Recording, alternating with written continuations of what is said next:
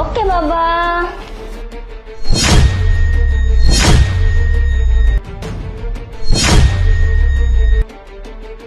Surprise বাবা। Wow মা, আমি এটা নিব। ওকে বাবা, এটা তো আমি তোমার জন্যই নিয়ে আসছি। এটা শুধু তোমার, ঠিক আছে? তোমার তো খুব পছন্দ হয়েছে, কিন্তু তার আগে বাবা, এটা পাওয়ার আগে তোমাকে এই যে এখানে খাবারগুলো আছে, এই খাবারগুলো আগে শেষ করতে হবে। শেষ করতে পারলেই এই পুতুলটা তোমাকে দিব। ঠিক আছে, সব খাওয়া শেষ করবো। দাঁড়াও বাবা। বাবা শোনো না, এই খাবারটা না ঠান্ডা হয়ে গেছে, আর ঠান্ডা খাবারটা তোমাকে খেতে হবে না, আমি গরম করে নিয়ে আসতেছি, তারপর খাবে। ঠিক আছে বাবা। ম্যাডাম, খাবারটা তো ঠান্ডা হয়ে গেছে, আমি খাবারটা গরম করে নিয়ে আসি। এই দাঁড়া, শোন, খাবারটা না তোকে গরম করতে হবে না, তুই গিয়ে তোর কাজ কর, যা প্লেটটা রাখ। আর বাবা, তুমি খাবারটা খাও। ম্যাডাম, খাবারটা গরম করে নিয়ে আসি না। বাবা, এই খাবারটা খাওয়া যাবে না, এই খাবারের মধ্যে নোংরা পড়ছে। এই খাবারটা রাখ। এই শোন, খাবারের প্লেটটা এখানে রাখ, আমি বলছি না খাবারে কোনো ময়লা নেই। আর তুই তোর কাজ গিয়ে কর, যা। বাবা, তুমি খাবারটা খাও। শান্তা, তুই খাবারটা নষ্ট করে দিলি কেন? তোর এত বড় সাহস, তুই খাবারের মধ্যে কি মিশালি? খাবারটা তো নষ্ট করে ফেললি।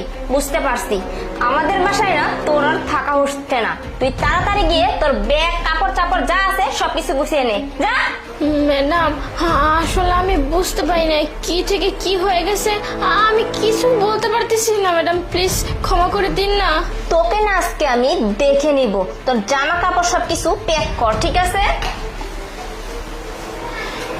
যাই হোক, ম্যাডাম চলে গেছে।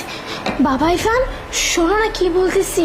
তোমার মা আছে না, তোমার মা এই খাবারের মধ্যে জানে কি মিশিয়ে দিয়েছে। তুমি বাবা কিন্তু এই খাবারটা খেও না, বুঝতে পারছো? আমি কিছু বুঝতে পারলাম না। বোঝার দরকার নেই বাবা, আমি তো আসছি, বুঝতে পারছো?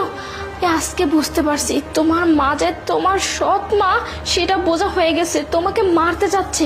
বাবা তুমি কোনো চিন্তা করো না, তোমার বাবাকে আমি সব কিছু বলবো, বুঝতে পারছো? এখন তাড়াতাড়ি এখান থেকে চলো। আসো আসো বাবা, আসো আসো।